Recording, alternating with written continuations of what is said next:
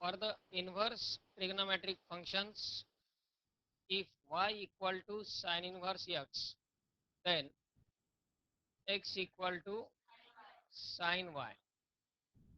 y equal to जर sin inverse x असेल तर x ची व्हॅल्यू sin y.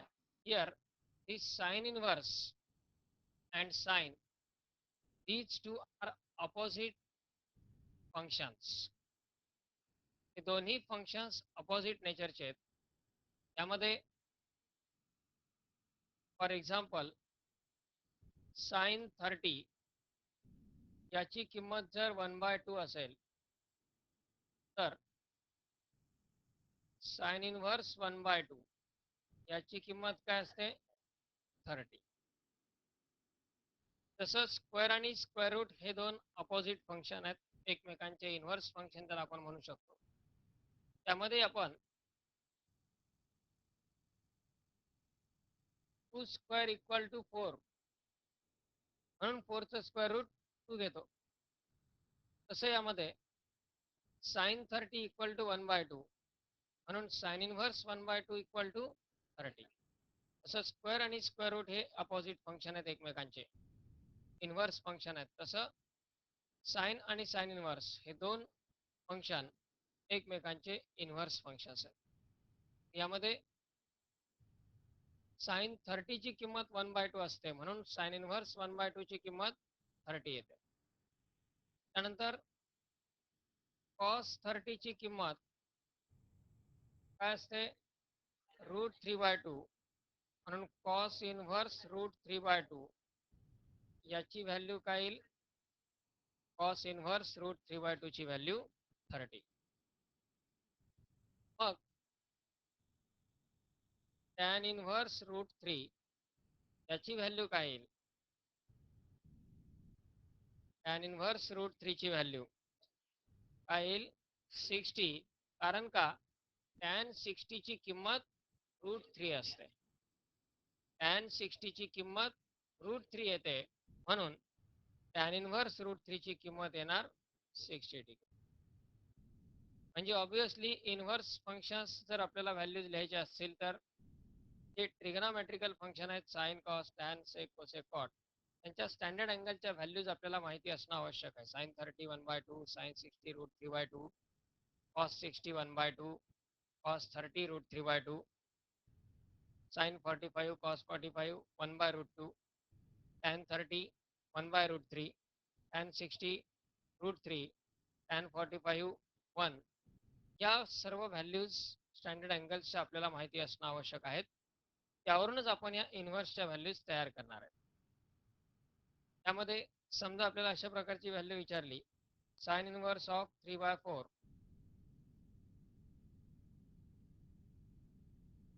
काय होईल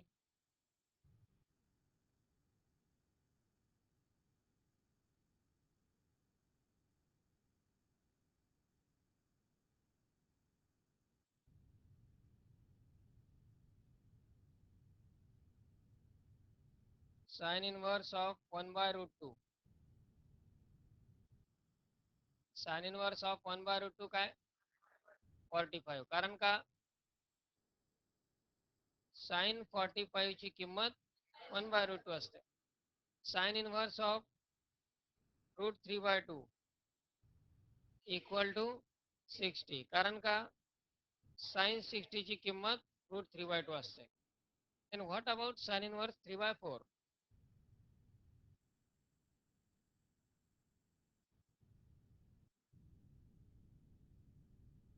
येईल का ही व्हॅल्यू डायरेक्ट सांगता नाही सांगता येणार कारण ही स्टँडर्ड व्हॅल्यू नाही आहे. तसं 1/2 1/√2 √3/2 0 1 स्टँडर्ड व्हॅल्यूज आहेत या. पण 3/4 ही कुठल्याही ट्रिग्नोमेट्रिकल रेशोसाठी स्टँडर्ड व्हॅल्यू येत नाही. व्हॅल्यू त्याची एक्झिस्ट होते ते आपण नंतर डिफरंट मेथडने फाइंड करू शकतो पण डायरेक्ट ही व्हॅल्यू सांगता येत नाही. पण ज्या स्टँडर्ड अँगल्स आहेत त्यांच्या मात्र व्हॅल्यूज आपण त्या रेशोसाठी इनव्हर्स फंक्शनसाठी डायरेक्टली सांगू शकतो. साइन इनव्हर्स 1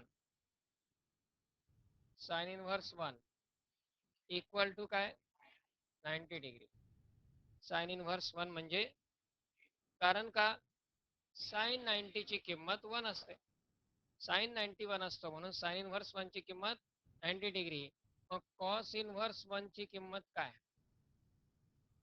कॉस इनव्हर्स 1 ची किंमत 0, कारण कॉस 0 ची किंमत 1 असते. कॉस 0 ची किंमत 1 येते म्हणून कॉस इनव्हर्स 1 ची किंमत 0 असते. लाईकवाईज हे सर्व इनव्हर्स फंक्शन्सच्या व्हॅल्यूज आपण अशा पद्धतीने डिटरमाइन करू शकतो. ओके. त्यानंतर को टर्मिनल अँगल्स ही एक कन्सेप्ट आहे ट्रिगोनोमेट्री मध्ये. त्या को टर्मिनल अँगल्सच्या कन्सेप्ट नुसार if this one is initial ray and this one is terminal ray, that is suppose O, A and B, and let angle between this OA and OB is 30 degrees. Suppose co-terminal angles means what? While defining a directed angle, this initial ray remains at the same position and terminal ray rotates about the initial point or initial ray. हा terminal रे फक्त rotate होत असतो पण initial रे मात्र constant राहतो, fix राहतो. The amount of rotation given to this terminal ray, amount of rotation given to the terminal ray about initial ray is nothing but angle or it is directed angle. म्हणजे हा terminal रे आपण किती rotate केलाय, that amount of rotation is nothing but measure of angle. म्हणजे त्यामध्ये समजा हा terminal रे आपण या ठिकाणाहून रोटेट करून इथपर्यंत आणला, स्ट्रेट लाईन मध्ये आणला, तयार होणारा अँगल किती असेल? 180 डिग्री असेल.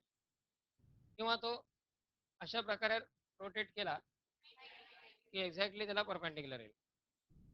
Means this amount of rotation gives the measure of angle. There are two directions for this rotation. One is anti-clockwise direction and another is clockwise direction. If terminal ray rotates about the initial ray in anti-clockwise direction, then angle is taken to be positive. जर तो anti clockwise म्हणजे या direction मध्ये rotate होत असेल तर अशा वेळी अँगल पॉझिटिव्ह घेतला जातो. But if terminal ray rotates in clockwise direction, means in this direction, then angle measurement is taken to be negative. Now here consider this one is angle of measure 30 degree. If we give one complete rotation to this terminal ray and again place it at its original position, now what will be the angle formed? If we give complete rotation to this terminal ray, त्या terminal रेला एक complete rotation आपण दिलं, तर आता तयार होणारा angle किती असेल? एक कंप्लीट रोटेशन म्हणजेच 360 degree. One complete rotation means 360 degree and previous amount of rotation is 30 degree. 360 plus 30 means now angle formed is 360 plus 30, that is equal to 300. Terminal ray rotate करून पुन्हा त्याच प्लेस वरती आपण आणलाय, पण आता अँगल किती झाला? तो 390 तयार झाला. Angle formed is now 390.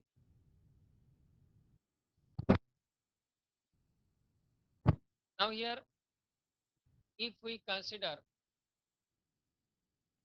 this one as a right angled triangle,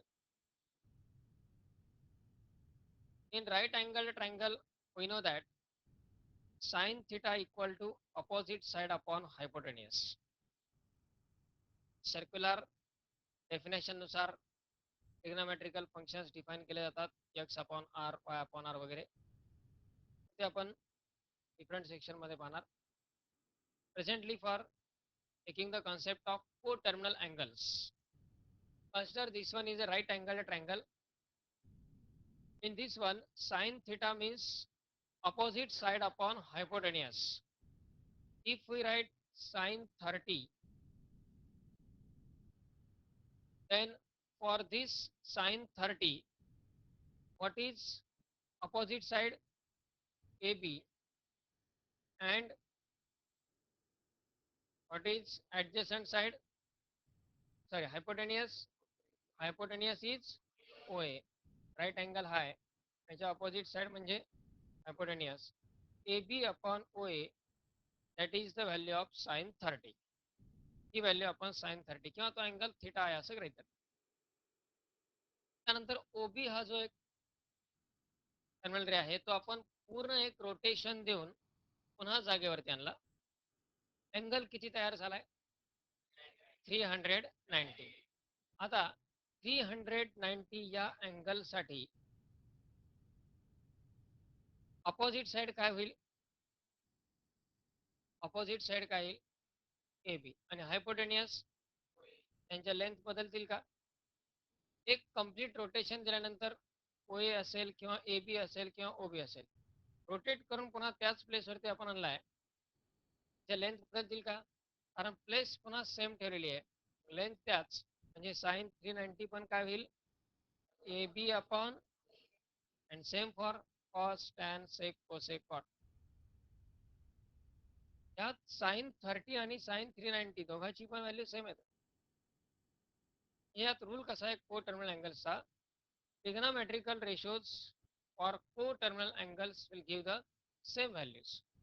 एखाद्या पर्टिक्युलर अँगलचा जर को टर्मिनल अँगल असेल, त्या अँगलची ट्रिग्नोमेट्रिक रेशोची व्हॅल्यू आणि को टर्मिनल अँगलची ट्रिग्नोमेट्रिकल रेशोची व्हॅल्यू, या दोन व्हॅल्यू सेम असतील. जसं साइन 30 आणि साइन 390 दोन व्हॅल्यूज सेम असतात.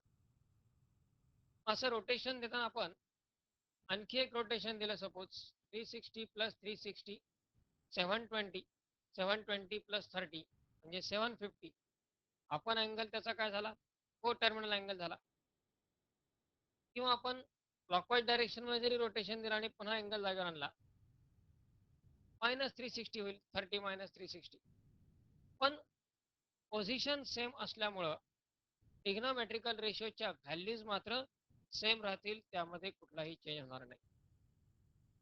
and by using this concept, trigonometrical ratios will give the same value for their co-terminal angles.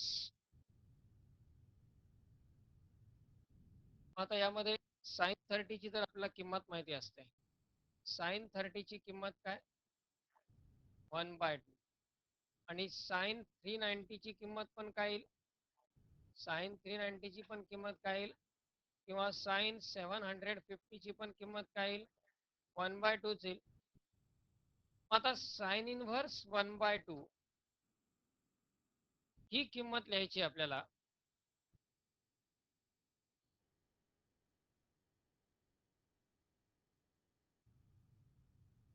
या सेशन मध्ये आपण पाहिलं इनव्हर्सच्या किमती कशा काढायच्या.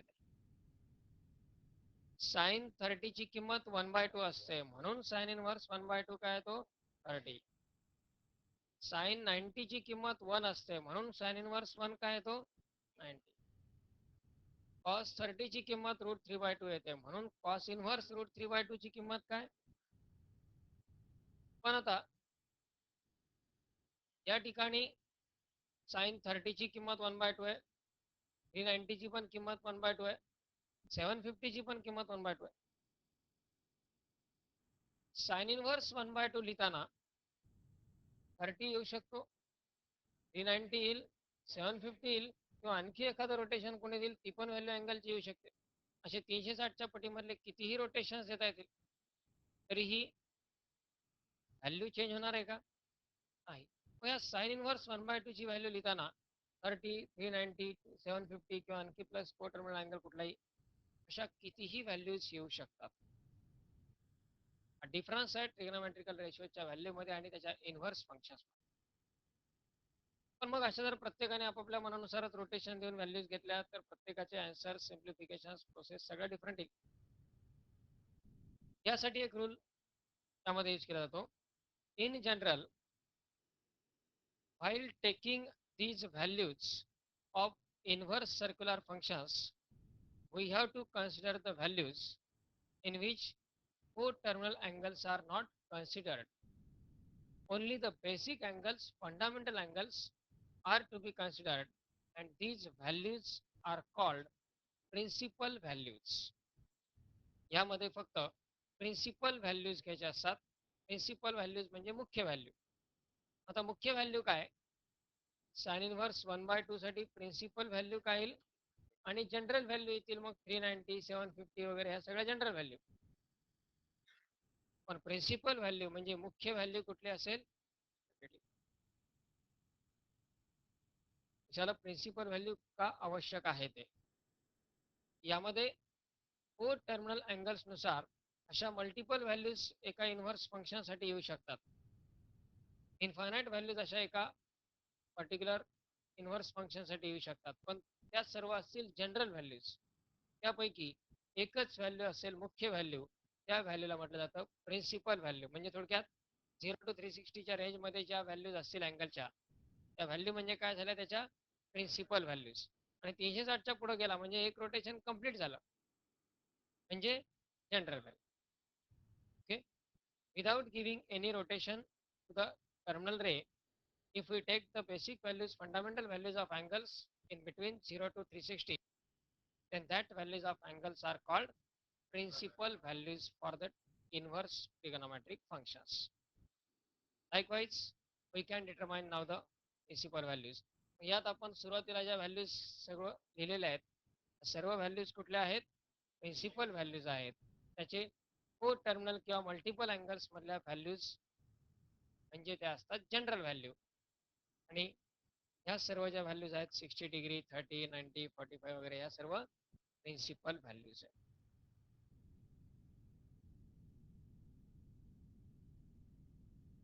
एवढ्याच पार्ट वरती तुमच्या पेपर 1 मधली थर्ड चॅप्टर मधली एक exercise, write the principal values of the following. आणि त्यात क्वेश्चन सगळे हेच आहेत. Sine inverse 1/2, cos inverse √3/2, tan inverse 1, tan inverse √3 या सगळ्या व्हॅल्यूज आहेत. That is one exercise from your third chapter in paper first. Probably it is 3.3 I think. Paper 1चं पुस्तक व्हायचं बोर्डचं, आणि त्यामध्ये थर्ड चॅप्टर मध्ये इनव्हर्स फंक्शन्स जिथून स्टार्ट होतो त्या पुढची पहिली एक्सरसाइज म्हणजे 3.3 एक्सरसाइज ती असावी. Find the principal values of, असे क्वेश्चन्स त्यामध्ये आहेत. हेच ते क्वेश्चन आहे.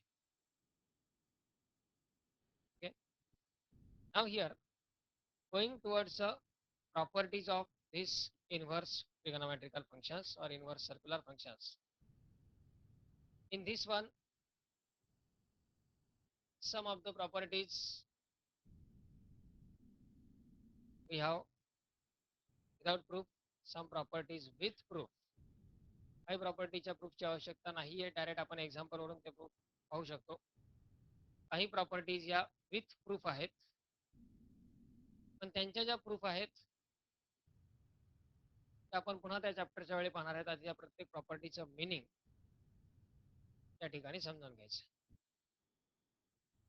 In this one, properties of inverse circular functions. First one, sin inverse of sin x is equal to x. Sin inverse of sin x equal to x.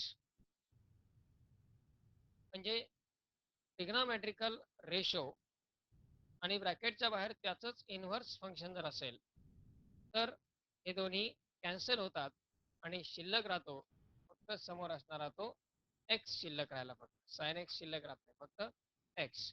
पण हे cancel होण्याची concept अशा प्रकारची नाही. लक्षात ठेवताना आपण प्रॉपर्टी अशीच ठेवतो, साइन इनवर्स आणि साइन कॅन्सल होतात, पण ते लिहायचं नाही की साइन इनवर्स साइन कॅन्सल म्हणून, किंवा कुठला काही घातांकाचा नियम वगैरे त्यामध्ये यूज करायचा नाही. तर त्याची कन्सेप्ट अशी आहे, suppose sine inverse of sine 30, एक्सच्या ऐवजी आपण एक्स अँगल 30 कन्सिडर केला. इव्हॅल्युएट करताना आधी आपण ब्रॅकेट सॉल्व करणार. Sine inverse as it is राहिला. साइन 30 ची किंमत काय? साइन 30 ची किंमत 1/2 आणि साइन इनवर्स 1/2 ची किंमत काय? साइन इनवर्स 1/2 ची किंमत म्हणजे शिल्लक काय राहतो, तसं स्क्वेअर आणि स्क्वेअर रूट, एखादा पर्टिक्युलर व्हॅल्यू दिली समजा, त्या व्हॅल्यूचं आपण स्क्वेअर रूट घेतलं आणि पुन्हा स्क्वेअर केला, हीच व्हॅल्यू आपल्याला मिळणार. परत समजा 4 आहे, 4चा आपण स्क्वेअर रूट घेतलं 2 आणि त्याचा पुन्हा स्क्वेअर केला, स्क्वेअर आणि स्क्वेअर रूट आपण डायरेक्ट कॅन्सल करतो, शिल्लक काय राहतो, स्क्वेअरही घेत नाही आपण, स्क्वेअर रूटही घेत नाही, ते दोन्ही कॅन्सल होऊन जातात, शिल्लक राहतो फक्त 4.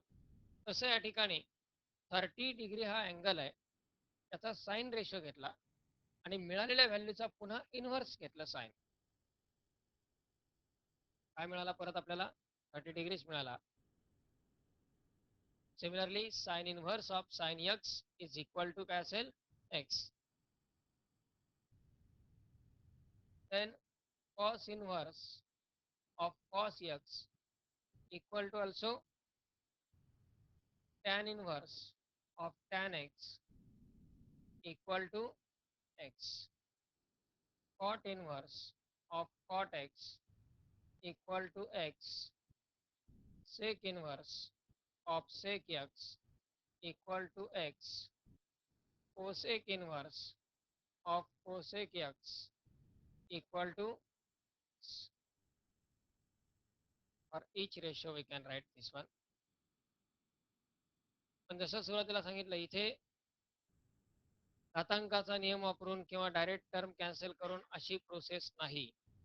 म्हणजे फॉर एक्झाम्पल अशी जर टर्म असेल, sine inverse of sine square 30, आता यात थोडंसं एक्स्ट्रा नॉलेज काही जण वापरतात. बेस सारखा आहे, साइन इनव्हर्स आणि साइन स्क्वेअर आहे, मग त्यातला एक साइन तर कमी होईल,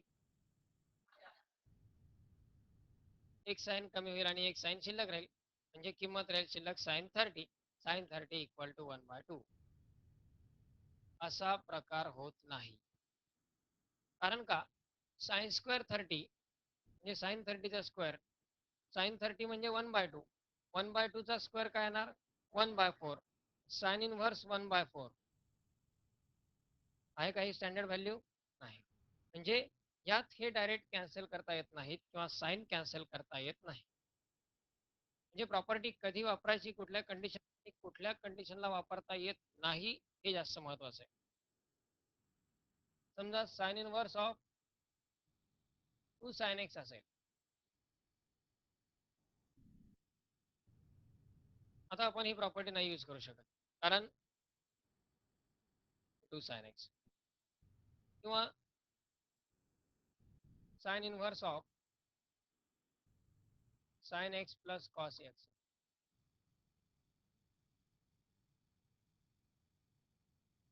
इथेही ही प्रॉपर्टी वापरता येणार नाही. नाही तर साइन इनव्हर्स साइन कॅन्सल झाले, शिल्लक राहिला एक्स प्लस कॉस एक्स, असा प्रकार होत नाही.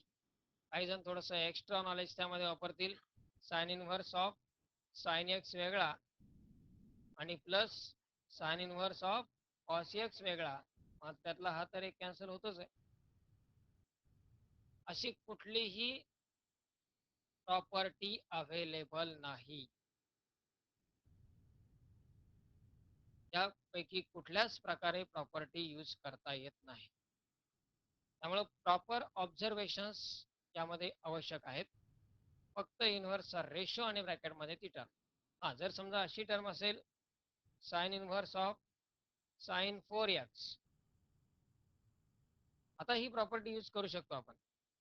साइन इनवर्स साइन कॅन्सल, शिल्लक काय राहणार 4x, किंवा sine inverse of sine 3x minus 2 upon 4x plus 1 अशी पूर्ण टर्म आहे.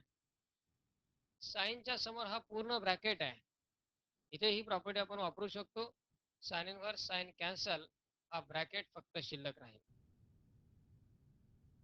कारण साइनच्या समोर पूर्ण एक ब्रॅकेट आहे. साइनच्या समोर एक कंप्लीट ब्रॅकेट आहे. त्या ब्रॅकेट वरती साइन अप्लाय केला आणि त्याच्यावरती पुन्हा साइन इनवर्स. इथे ही प्रॉपर्टी आपण यूज करू शकतो. म्हणजे शिल्लक राहील इक्वल टू फक्त 3x minus 2 upon 4x plus. Likewise, this one is the first property from inverse functions. Second property is similar to this one.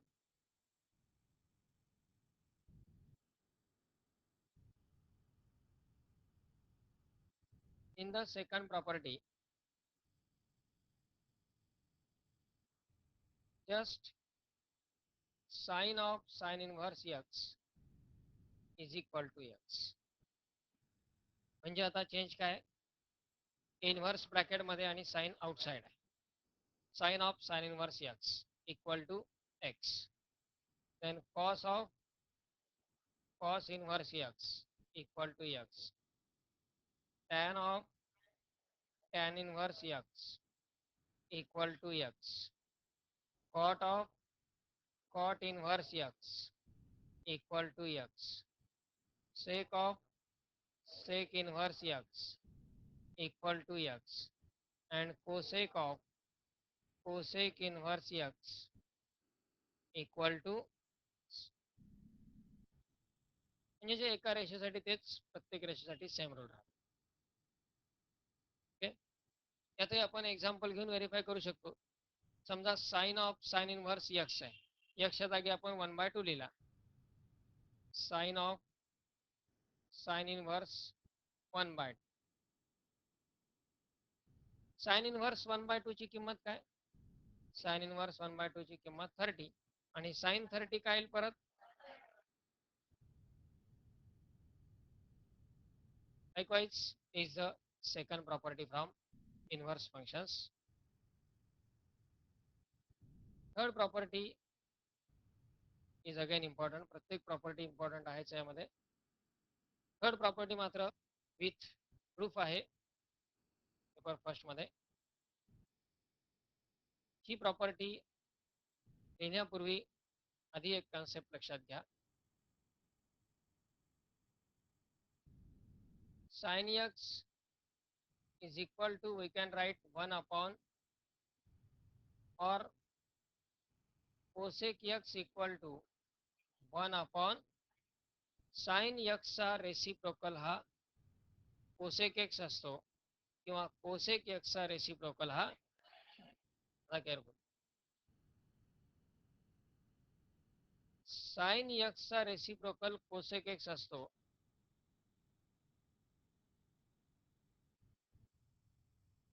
पण साइन इनवर्स x चा रेसिप्रोकल cosec इनवर्स x लिहिता येत नाही.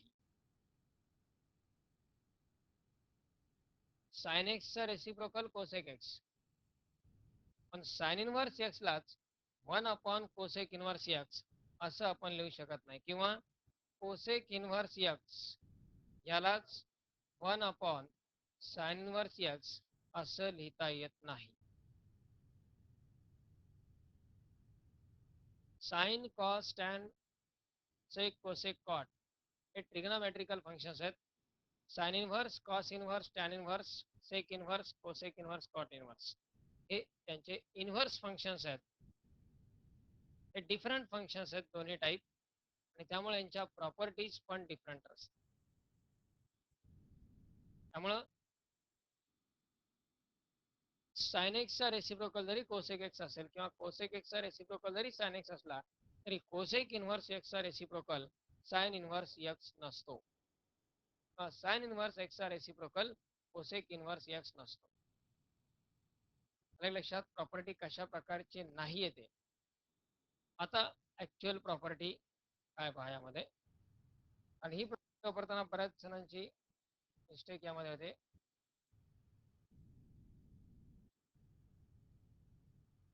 Third property,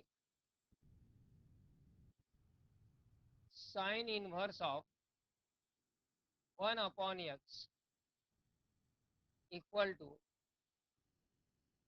cosec inverse of x. Sin inverse of 1/x equal to cosec inverse of x. प्रॉपर्टीचा अर्थ कसा पहा, reciprocals दिसतात या ठिकाणी, पण रेसिप्रोकल्स हे साइन आणि कॉस कोसेक नाही पाहिजे, ब्रॅकेट मधले पाहिजे. 1/x चा रेसिप्रोकल x आणि x चा रेसिप्रोकल 1/x. प्रॉपर्टीचं मिनिंग काय, ब्रॅकेट मधल्या टर्मचा जर आपण रेसिप्रोकल घेतला, म्हणजे 1/x ला जर आपण x लिहिलं, तर जो ब्रॅकेटच्या बाहेर असणारा साइन इनव्हर्स आहे त्याचा कोसेक इनव्हर्स होतो. किंवा जर कोसेक इनव्हर्स असेल तर त्याचा साइन इनव्हर्स होतो. म्हणजे for example sine inverse of a/b. a/b चा जर आपण रेसिप्रोकल घेतला तर साइन इनव्हर्स राहणार नाही, त्याचा काय होईल, that is equal to cosec inverse of b/, bracket मधल्या टर्मचा जर आपण रेसिप्रोकल घेतला तर साइन इनव्हर्सचा कोसेक इनव्हर्स होतो किंवा कोसेक इनव्हर्सचा साइन इनव्हर्स होतो. म्हणजे यामध्ये त्याची प्रूफ पाहूया आपण. प्रूफ पाहिली तर ती प्रॉपर्टी करेक्ट आहे किंवा त्याचे स्ट्रक्चर पूर्णपणे लक्षात राहील. First of all, for this one let, त्यामधली लेफ्ट साइड किंवा राईट साइडची कुठली एक टर्म गृहीत धरायची आहे. y equal to sine inverse of 1/, sine inverse 1/x ला गृहीत धरलंय y equal to sine inverse of 1/x. आता तो साइन इनव्हर्स जर लेफ्ट साइडला घेतला, therefore sine y equal to काय, साइन इनव्हर्स लेफ्ट साइडला घेतला तर त्याचा साइन होईल. साइन y ची किंमत आली 1/x. आता तो x लेफ्ट साइडला घ्या, साइन y डिवाइडला, साइन y पलीकडे घ्यायचं, फक्त साइन नाही घ्यायचं. आता साइन y म्हणजे x equal to 1/sin y. पण 1/sin y म्हणजे 1/sin y म्हणजे कोसेक y, इथे इनव्हर्स नाहीये. 1/sin म्हणजे साइन इनव्हर्स नसतो, हे लक्षात ठेवा. 1/sin थिटा म्हणजे साइन इनव्हर्स थिटा अशी टर्म नाहीये. 1/sin y म्हणजे काय झाला, कोसेक, आणि आता फक्त कोसेक लेफ्ट साइडला घेतला म्हणजेच cosec inverse x equal to काय आला, कोसेक फक्त लेफ्ट साइडला घेतला, cosec inverse x equal to y. That is suppose equation 2. Equation 1 मध्ये y ची किंमत आहे, इक्वेशन 2 मध्ये y ची किंमत आहे. Therefore from 1 and 2 we have sin inverse of 1/x equal to cosec inverse.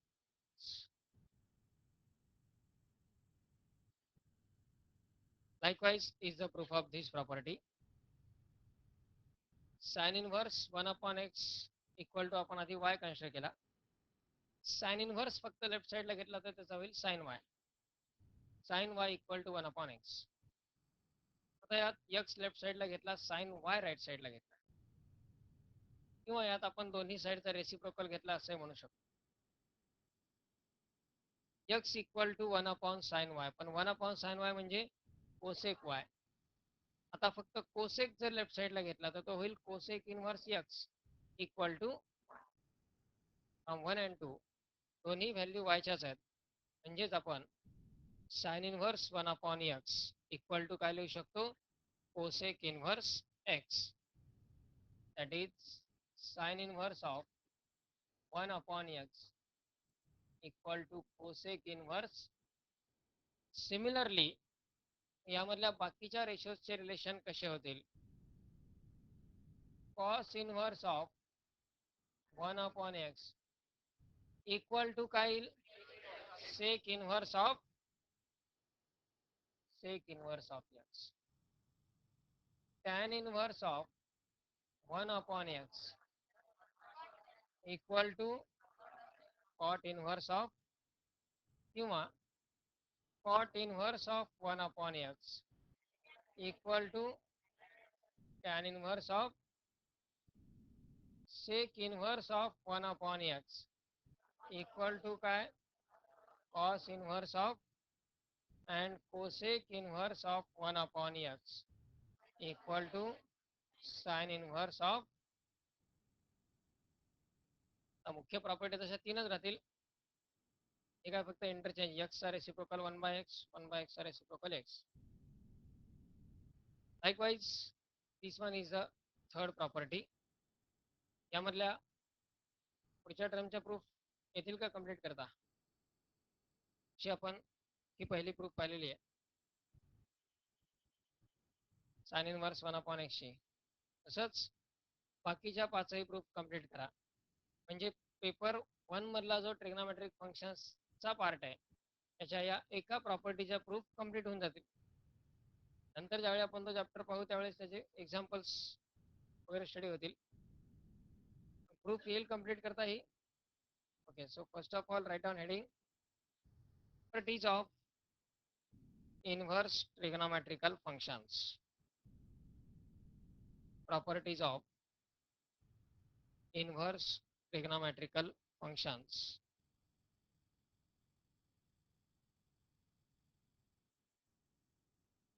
च्या प्रूफची काय आवश्यकता नाही आहे पहिल्या दोन प्रॉपर्टीसाठी.